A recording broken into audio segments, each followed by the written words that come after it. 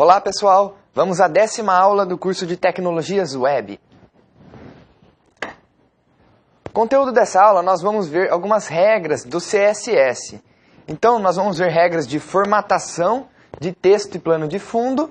Depois a gente vai ver algumas regras de margens, espaçamento e bordas, formatação dos textos, das tabelas utilizando bordas e margens. E falar um pouco sobre a criação de layouts utilizando o CSS. Vamos começar a aula. Bom, nessa tabela, algumas propriedades para formatação de texto. Então, a gente tem aqui a primeira propriedade, color. A propriedade color, quando a gente usa, a gente vai estar mudando a cor de um texto na nossa página HTML. Então, ao escrever uma regra em CSS, a gente utiliza a propriedade color, e aí a gente vai estar falando que aquela regra, onde ela for aplicada, o texto vai ser da cor que eu defini. Então, aqui as propriedades e os valores são alguns que eu posso definir dependendo do tipo de regra. Se é uma regra, por exemplo, de color, eu tenho que escrever uma cor como sendo o valor. Se for uma regra de alinhamento de texto, como essa segunda, eu teria que escrever em valores alguns desses alinhamentos aqui, que seriam left, right, que seria esquerda e direita, ou alinhamento do texto centralizado ou justificado. Text decoration seriam alguns efeitos decorativos no texto. Efeitos decorativos. Então, nós teríamos esse line through, que é uma linha no meio do texto, aquele taxado, como se fosse algo que está escrito ali com um risco mesmo, no centro das letras. Tem o underline, que é o sublinhado. Então a gente tem algumas propriedades aí para trabalhar com decoração de texto. E text transform, que seria transformação no texto. Ao utilizar essa regra ou essa propriedade, a gente conseguiria, por exemplo, deixar o nosso texto, independente se ele for escrito com letras minúsculas, maiúsculas, todo o texto estaria em lowercase, ou letras minúsculas. Tem um outro valor para essa propriedade que é bem interessante, que é o capitalize. Então, quando a gente utiliza o capitalize, o nosso texto vai colocar todas as primeiras letras de cada palavra em letra maiúscula e as seguintes em letra minúscula. Ele padroniza o texto para essa forma. Então não interessa como o texto foi escrito. Se eu estou utilizando essa propriedade de formatação e eu utilizo o capitalize, ele vai ficar dessa forma. A primeira letra maiúscula e o restante minúsculo. Propriedades da formatação da fonte do texto. Ou seja, o tipo de letra. Então a gente tem essa propriedade font family, que é onde a gente escolhe ali a fonte em si, o tipo de letra. Então a gente tem os tipos de letra padrão, por exemplo, Arial, tem o Times New Roman. Então, quando a gente quiser falar qual tipo de letra que esse texto vai ter, a gente usa essa propriedade aqui, font family. Existem outras propriedades, style, size e weight. Style seria, por exemplo, se eu quisesse colocar esse texto num estilo itálico. O font size é o tamanho da letra, o tamanho que essa fonte, que esse texto vai aparecer na minha página. Então aqui, uma das formas de representar esse tamanho é em pixels, que seriam os pontinhos da tela. 24 pixels seria uma altura de letra que ocuparia 24 pontos na minha tela. Quanto maior esse valor, maior vai ficar a letra na hora de exibir ela na página web.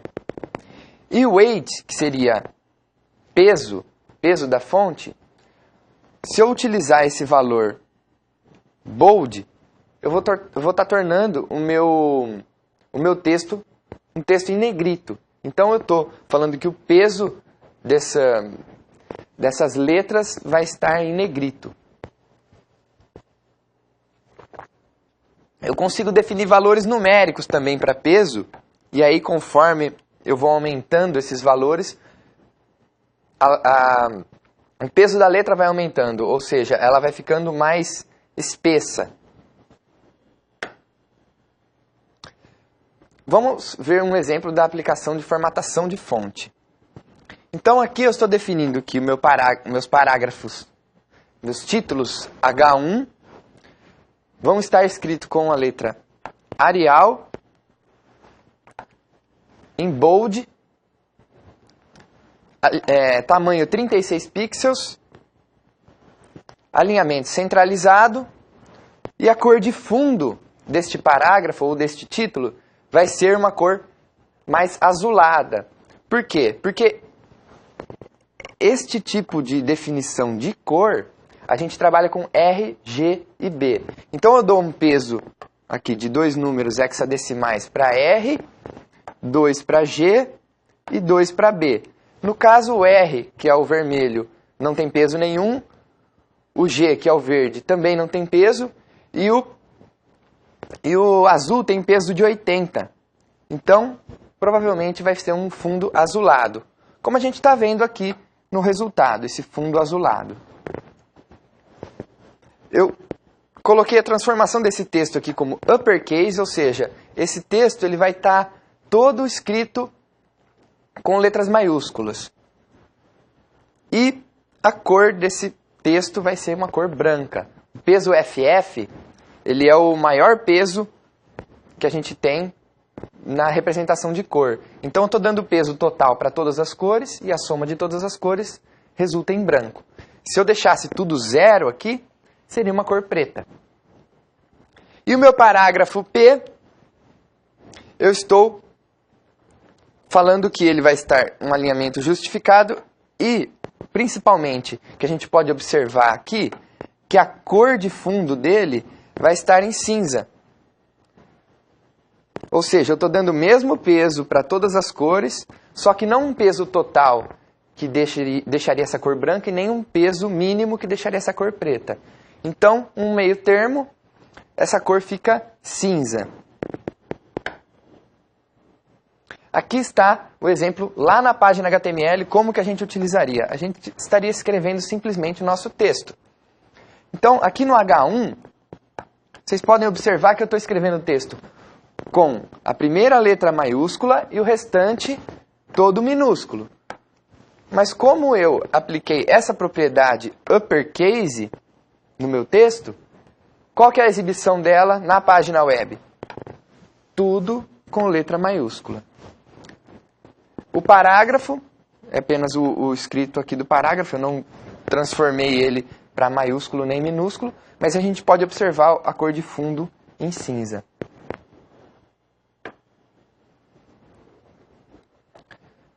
Formatação de plano de fundo. Outra coisa que a gente consegue formatar utilizando CSS, e a gente tem algumas propriedades para trabalhar com essa formatação. Ou seja, para definir os planos de fundo ou da nossa página ou de alguns elementos da página. Como a gente viu no exemplo anterior, plano de fundo de um parágrafo. Nesse caso, o exemplo é um plano de fundo de uma página. Background color. E aí, no valor, a gente vai colocar uma cor. Seria a cor do plano de fundo da página. Uma cor lisa, uma cor sólida para o plano de fundo da página. Background image. Se a gente quiser utilizar uma imagem como plano de fundo. No caso, o valor, a gente tem que passar uma URL dessa imagem. Ou seja, o endereço de onde que essa imagem está no meu servidor ou em algum lugar da web, para que ela seja aplicada ao plano de fundo da página. Então, a gente coloca URL, abre parênteses e abre aspas duplas, coloca o endereço e fecha parênteses e aspas duplas. E é assim que a gente define uma URL no CSS. Background repeat. Quando a gente utiliza uma imagem de plano de fundo, pode ser que a gente tenha necessidade dela se repetir. Então, se o plano de fundo for muito grande, se a página estivesse sendo exibida em uma tela grande, que seja, essa imagem vai ter que se repetir no decorrer dessa página, dessa tela. Então, a gente aqui define como que vai ser feita essa repetição da imagem no plano de fundo. Então a gente consegue background repeat, por exemplo, repeat x. Repeat x, essa imagem vai se repetir no eixo x, ou seja, no eixo da largura da página. Se eu colocasse repeat y, ela iria se repetir no eixo da altura da página, no eixo y. E tem mais alguns outros valores que a gente consegue atribuir. Background position. Eu consigo colocar uma imagem em plano de fundo e que ela se posicione, por exemplo, no canto superior direito da minha página. Eu consigo definir isso com background position. Aqui tem um exemplo dela sendo definida no canto inferior direito. Right, direito, e bottom, inferior. Então ela vai ficar lá no cantinho de baixo, do lado direito da página. Aqui um exemplo da aplicação do plano de fundo na página. Eu defino que a tag body, ou seja, qual que é o meu seletor aqui? Body. Eu estou transformando, estou aplicando algumas formatações na tag body da minha página. Estou falando que a imagem de plano de fundo vai ser globo.png. Eu estou passando a URL globo.png porque ela está na mesma pasta da minha página HTML, por exemplo. Eu não preciso colocar o endereço completo dessa imagem. E eu estou definindo embaixo que ela vai se repetir no eixo X. Então, observem aqui que o plano de fundo dessa página vai ter a imagem globo.png e ela só está se repetindo no eixo X, ou seja, no eixo da largura da página. Se no caso eu colocasse aqui eixo repeat Y, eu teria globos se repetindo também no eixo da altura da página. Eu conseguiria também fazer com que esse globo se repetisse nos dois eixos e preenchesse o fundo da página. Vamos ver um pouquinho das propriedades de margem, espaçamento e bordas. Essas propriedades podem ser aplicadas tanto na minha página como um todo, como em alguns elementos da página.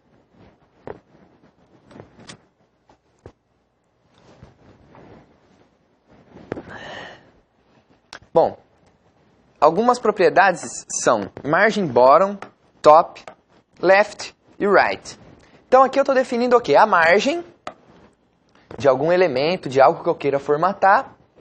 E eu estou definindo essa margem na parte inferior, superior, na margem esquerda e direita desse elemento. Então eu consigo definir a margem como de um modo geral. Se eu quisesse definir a margem de um modo geral para os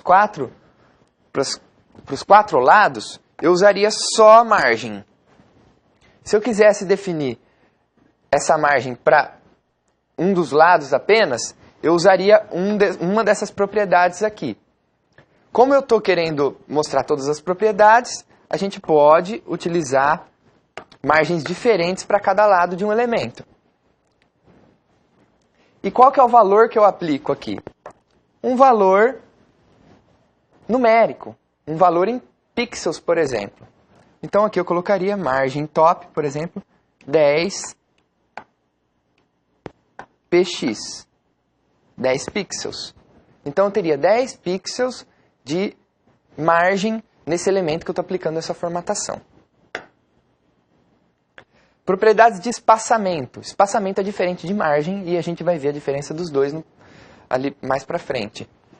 Bom, espaçamento a gente usa a propriedade padding e é o mesmo esquema da margem. A gente consegue definir espaçamento para inferior, superior, esquerdo e direito. E se a gente quiser definir um espaçamento geral para os quatro lados, a gente usa só a propriedade padding. Qual é o valor que eu posso aplicar? Uma distância, né? Um tamanho de espaçamento. Então eu poderia colocar também um valor em pixels. Igualmente eu fiz na margem. Vamos ver o que é margem e o que é espaçamento. Imaginem que esse retângulo é minha página web. E eu tenho um elemento que é esse elemento em verde. Esse elemento tem um texto escrito dentro dele e ele tem um espaço entre ele, esse texto, e a borda do elemento, e entre a borda do elemento e a borda da minha página web. Esse espaço entre o elemento e a página web, ou entre esse elemento e um outro elemento que esteja adjacente, ou seja, o espaço que esse elemento vai ter do lado exterior, o espaço livre que ele vai ter no exterior desse elemento, chamado de margem. E o espaço interior, para que depois desse espaço seja exibido esse elemento, é chamado de espaçamento. Então aqui, para definir o tamanho disso aqui, a gente usaria margin nas nossas propriedades. Para definir o tamanho disso aqui, padding.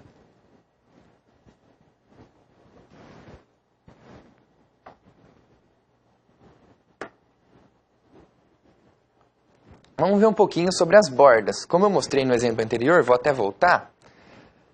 Os elementos possuem bordas. Aqui tem uma borda e essa borda é preta e lisa. Aqui nas propriedades de borda eu consigo definir como que vai ser essa borda, o tamanho dessa borda, a espessura dela. Então aqui a gente consegue definir também bordas diferentes para os 4 lados do elemento. Ou uma borda comum a todos os lados. Aí eu usaria apenas o border. Consigo definir a cor da borda, a espessura da borda e principalmente o estilo da borda. Cor da borda eu usaria como valor para essa propriedade aqueles valores de cor, ou simplesmente eu escreveria red para vermelho, green para verde. Ele entende os dois tipos de valor. Width, que é a espessura da borda, eu conseguiria colocar, por exemplo, um valor em pixels, como eu fiz na margem e no espaçamento. E o estilo da borda, a gente tem vários estilos de borda, eu vou mostrar alguns estilos que a gente pode aplicar aqui no CSS. Bom, os 4 principais estilos de borda.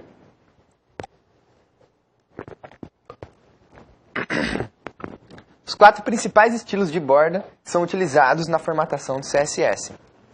Borda sólida, a borda tracejada, desculpa, a borda dupla e a borda chanfrada, chamada de groove. Bom, borda sólida é a borda mais simples. É uma linha sólida, apenas uma linha como borda. A borda tracejada, dashed, ela é, como o próprio nome diz, tracejada. Ela é formada de tracinhos. A gente tem a borda dotted também, que é formada de pontinhos. A gente tem vários tipos de borda aí, mas eu vou passar esses 4 principais. A borda double, que é uma borda dupla, ela é feita de 2 risquinhos, como se fossem 2 bordas sólidas. Só que a espessura, quando a gente define a espessura para essa borda dupla, é a espessura para as 2 bordas juntas. Então, nesse caso, eu tenho 2 linhas fininhas que teriam a mesma espessura de uma linha mais grossa no solid. E a borda groove, ela é formada de uma cor mais forte, que é a cor que a gente define para a borda, e uma cor mais fraca, como se fizesse uma sombra ou um efeito de luminosidade nessa borda. A gente vai ver um exemplo mais à frente. Aqui estão a definição das regras para a utilização dessas bordas, do estilo dessas bordas. Então a gente utilizaria a propriedade border style e à frente o estilo que a gente quer da borda. Aqui tem um exemplo para os 4 tipos principais de borda que a gente pode utilizar aí para formatação no CSS. Aqui um exemplo das bordas sendo aplicadas a uma página web. Qual que é essa primeira borda? Essa primeira borda, ela é uma borda groove. É uma borda com chanfro. Vocês podem observar que ela tem uma linha mais escura, que é a linha da borda, e uma linha mais clara, que é a linha que dá aquela sensação de luminosidade. Do mesmo modo que aqui embaixo a linha mais clara fica para fora e a linha mais escura para dentro. Então ela dá a impressão de que a borda está sendo iluminada, ou de baixo para cima, ou de cima para baixo. No caso, a iluminação de baixo para cima, nesse caso. O segundo exemplo é uma borda dupla, sendo aplicada a um parágrafo. A gente pode observar nesse exemplo também duas curiosidades. Este espaço aqui é um espaço de margem. E este espaço aqui é um espaço de espaçamento mesmo, de padding. Então aqui, nesse parágrafo, a gente está utilizando uma borda dupla. Nesse terceiro parágrafo, uma borda tracejada, dashed. Vamos falar um pouquinho de layout em CSS. O que é layout responsivo, ou responsive layout? É aquele layout que se adapta a diversos dispositivos. Ele se adapta a diversos tamanhos de tela, na verdade. Então, nós conseguimos definir com CSS o tamanho dos elementos, que a gente consegue definir que esses tamanhos sejam adaptáveis ao tamanho da tela. Então, quando a gente, porventura, constrói um site e ele fica todo diagramado, bonitinho na nossa página web. Mas a gente vai testar essa página no nosso monitor. Quando a gente estiver testando no monitor mais antigo, com uma resolução mais baixa, essa página vai criar alguma barra de rolagem lateral, alguma coisa desse tipo, que não é agradável para os visitantes de um site. Então a gente precisa criar um layout que seja adaptável. E com o CSS a gente consegue fazer isso. Ele se adapta a diversos tipos de monitores, para tablets e para celulares também. Imaginem só a gente desenvolver um site que seja exibido tanto em uma tela com uma resolução Full HD, quanto num celular um pouco mais antigo que tem uma resolução baixa, além de ter uma tela pequena. Então a gente precisa nesse layout trabalhar esse tipo de coisa. E o CSS nos fornece essas ferramentas. Agora falando um pouquinho dos layouts simples em CSS. Eles têm dois principais elementos. O div é o principal, na verdade, é uma tag div do HTML e ela forma blocos. Então, são blocos que a gente não enxerga. Eles servem para serem posicionados na nossa página web. E a partir do momento que eles são posicionados, nós incluímos elementos dentro dele que vão ficar contidos naquela posição que nós definimos para o div. Então, normalmente um site ele é composto por vários divs e cada div vai representar um elemento, um grupo de elementos do site para que a gente possa fazer essa diagramação. Outro elemento do HTML muito utilizado é o span. O span, a gente também não enxerga esse elemento no site. Só que ele define uma área em que alguma formatação vai ser aplicada. Vamos supor que nós tenhamos ali um conjunto de parágrafos com 10 parágrafos. E eu quero que os 5 primeiros tenham uma formatação e os 5 últimos outra formatação. Se eu colocar os 5 primeiros dentro de uma tag span e aplicar essa formatação na tag span, automaticamente essa formatação vai ser aplicada nos 5 parágrafos que estão dentro dessa tag span, e não nos 5 últimos parágrafos. Então, essa tag span serve para eu agrupar alguns elementos que vão sofrer influência de uma mesma formatação. Também muito útil para a gente poder criar layouts. Então, a gente consegue separar blocos com formatações específicas. Mas o principal mesmo é a criação de divs na nossa página. Bom, aqui tem um exemplo um pouco grande de uma criação de layout utilizando CSS e os divs do HTML. Bom, primeiramente eu estou utilizando um seletor universal.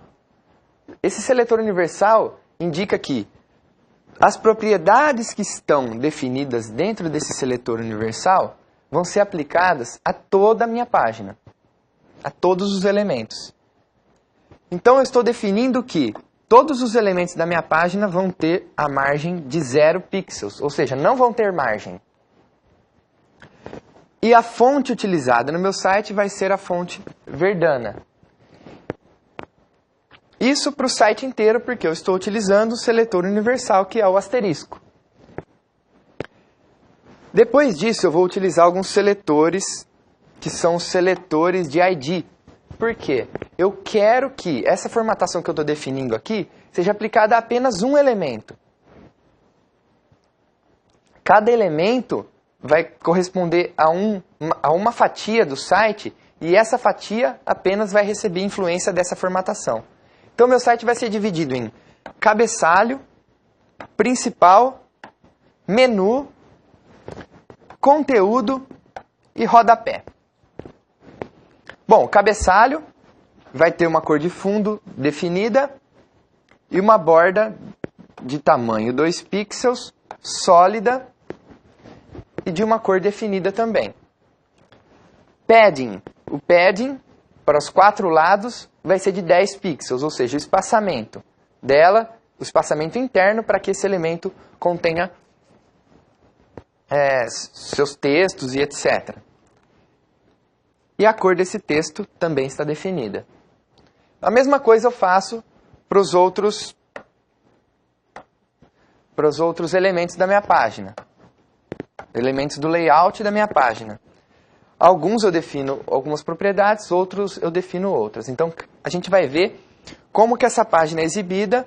Eu vou pular aqui a página HTML, vamos direto para a exibição. Depois eu volto explicando o HTML.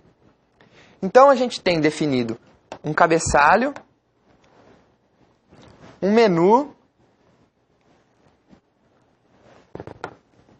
o conteúdo da nossa página e o rodapé. Bom, como que eu crio esses blocos? Por que que esses blocos aparecem nesse tamanho, nessa posição? Voltar um pouquinho aqui na página HTML. Dentro da minha tag body, eu vou colocar esses elementos div que vão fazer a função desses blocos. Então eu tenho um div de ID tudo, a formatação que é aplicada para ele está aqui, tudo. Ele vai ter um padding de 10 pixels e um texto alinhado no centro. Depois eu venho com o meu cabeçalho. E eu tenho esse texto aqui escrito no meu cabeçalho. Fechei a minha tag de cabeçalho, meu div que chama cabeçalho. Por que que eu não preciso definir a largura desse div? Quando eu não defino a largura, ele vai pegar a largura da página toda.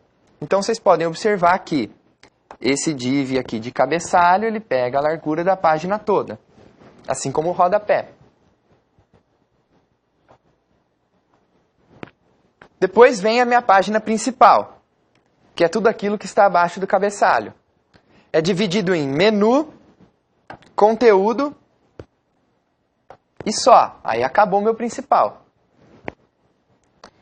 Bom, o conteúdo e o menu, eles têm uma largura específica. Vamos ver aqui ela sendo definida no CSS. O menu tem uma largura de 180 pixels. Ou seja, a largura daquele bloco, width é a largura, né? A largura daquele bloco vai ter 180 pixels. A gente pode observar que ele não pega a largura inteira da minha página, ele vai pegar só esse 180. E o conteúdo, eu não preciso definir a largura. Por quê? Porque, como eu disse, se eu não defino a largura, ele vai pegar a largura da página toda. Como eu estou falando para esse menu ficar alinhado à esquerda, o próximo div vai ser alinhado logo após ele à direita e vai pegar o restante da página. Ele pega a largura toda daquilo que restou para ele. E é assim que a gente vai definindo os blocos do nosso layout. Então, para a criação de layouts utilizando CSS, eu utilizo as tags div e vou definindo para cada uma delas suas propriedades para que elas sejam alocadas e tenham um tamanho correto para exibição no site. Aqui está o resultado. Muito obrigado, pessoal.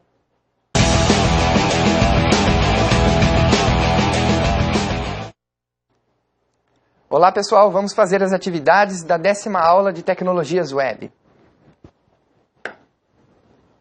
Primeira questão. Qual a regra CSS para que todos os parágrafos de uma página tivessem o texto centralizado?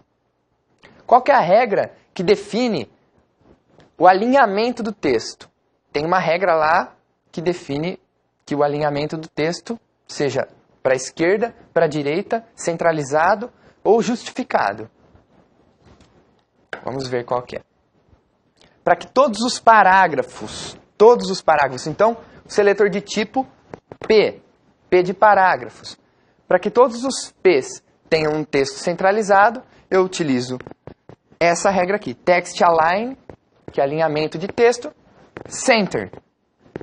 Com isso, os textos vão ficar centralizados. Todo mundo que for usar a tag P vai ter o texto centralizado. Segunda questão. Qual a regra CSS para que se defina uma classe que formate o texto com a cor verde?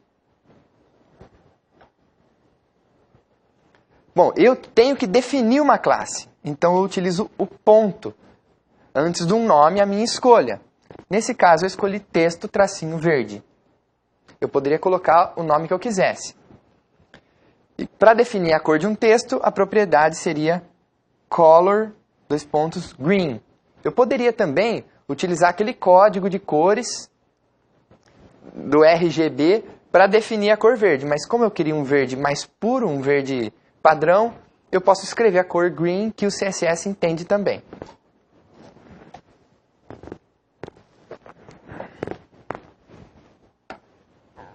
Terceira questão.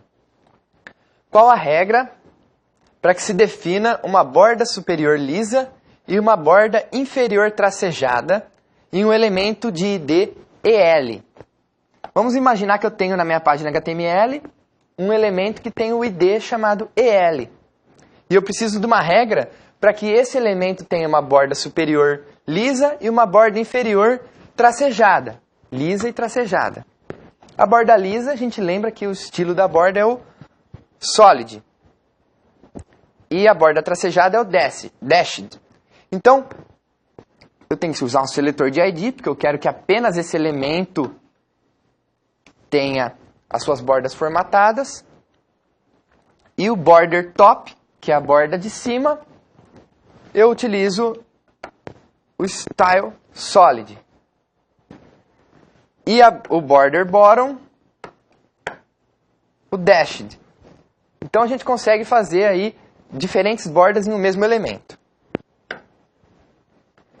Quarta questão. O que significa layout responsivo? Em inglês, responsive layout. Layout responsivo, eu vou dar até uma explicadinha aqui, ele é aquele layout que se adapta. Então, quando a gente vai desenvolver um site, a gente tem que pensar nos diversos dispositivos que podem acessá-lo. E isso tem crescido muito com o aumento do número de tablets e smartphones. E também com o poder desses tablets e smartphones, as pessoas estão utilizando muito menos notebooks e computadores e passando a visitar os sites apenas nesses dispositivos. Então, ao invés de desenvolver 2 sites, e esse site identificar de onde você está acessando, porque existe o recurso que você identifica que o usuário está acessando o seu site de um dispositivo móvel. E aí ele abre um outro site já naquele tamanho, com aquela formatação. Mas existe um recurso que é muito interessante, que é o layout responsivo, que a gente consegue adaptar o mesmo site, a gente desenvolve uma vez só, e ele é adaptável a diversos dispositivos e tamanhos. Então, para aumentar a nossa produtividade e diminuir o custo de manutenção, para a gente não ter que dar manutenção em 2 sites diferentes, a gente pode criar um site só com layout adaptável a diversos tamanhos de tela e diversos dispositivos. Essas foram as atividades, pessoal. Obrigado.